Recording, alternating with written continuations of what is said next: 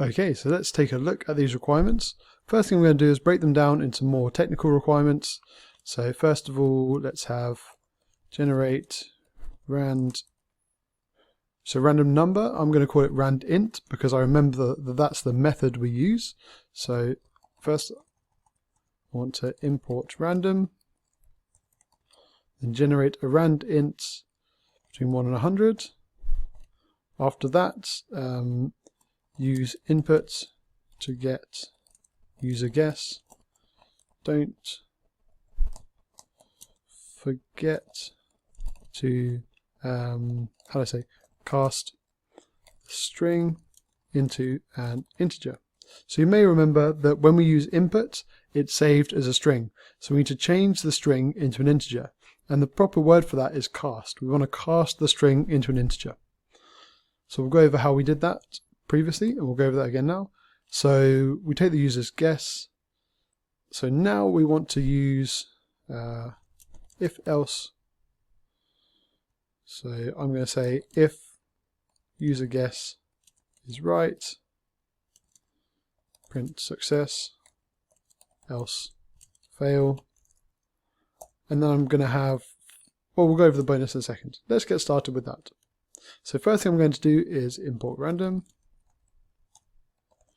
Okay, we're off to a good start. First tick of the day. Then we want to generate a random integer between 1 and 100. So let's save that in a variable. So we'll call this computer num equals random dot, and then we want to use the method randint. You may remember we used that previously. If you're ever unsure, you can always go onto your search engine and just say Python random number, and then very quickly it will remind you. So even if you look just here, random.randint, but all of these articles will probably give you the correct answer. So we want the random.randint between 1 and 100. So let's just print that off just to make sure it's working correctly. So we want to use computer num. Okay, run it one more time, make sure it's random. Yep, perfect. Okay, so we've generated a random integer. Tick. Next we want to do is use input to get the user's guess. So let's create another variable called user guess. And we're going to use input, saying please enter a number between 1 and 100. So now we said don't forget to cast the string into an integer. So to cast it, all I need to do is write int and then put brackets around this whole thing. And now that's going to convert it into an integer. Great, so now we can print out both of these, user guess. And so we've got the computer number on the left and the user guess on the right. Now what we want to be able to do is using if-else statements to say if they're correct or not. So we can basically just say if the user guess is equal to the computer number, computer underscore num, colon. So if you remember, the two equal signs means equal to. If you try to use 1, then essentially you'd get an error like this. Well, you might get invalid syntax, but also it might think that you're trying to store this as a variable and say that's the value, and it would get quite confused. So we're using two equals signs to say if the user guess is the same as the computer num, then we can print congrats, your guess was correct. And then we want to say, well, if that's not true, so we can say else, because the only other condition really, either it's right or it's wrong. So if it's right, if the user guess is equal to computer num, then do this. Otherwise, or else, print wrong. Sucker. Okay. So we could also at the top here, just to make things easier for us, we can print out your guess. Then we can use the format, we can use those placeholders, curly brackets, your guess, the actual computer number. Then we use dot format, and we enter in the user guess first, and then the computer num. That looks a bit better, doesn't it? Your guess was 69, the actual computer number was 36. Wrong, sucker. Okay, so we can tick this off now. And we got this as well.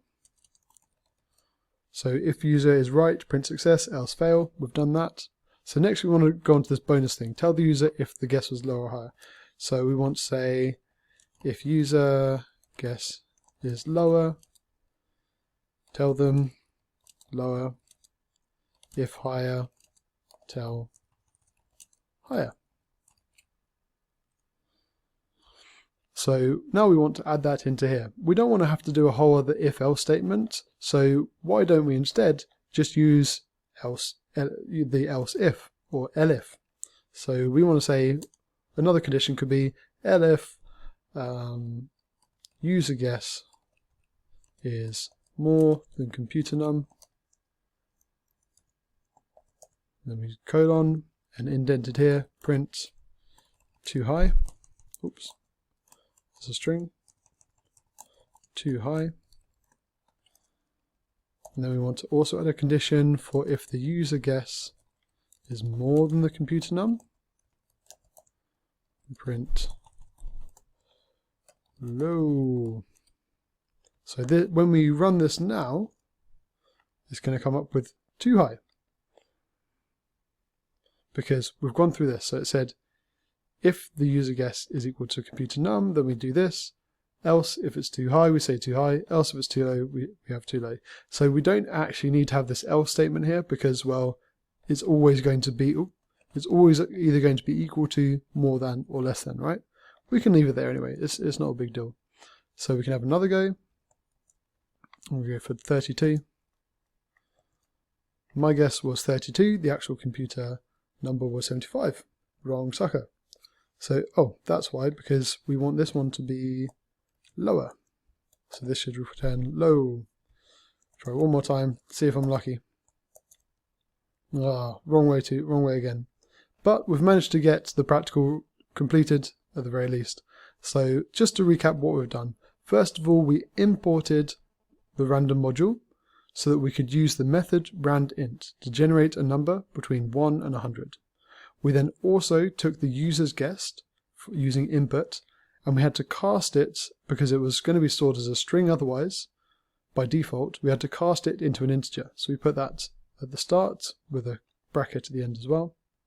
And then we wanted to use an if, elif, and else statement to basically go over the different conditions and execute the certain code based on different eventualities.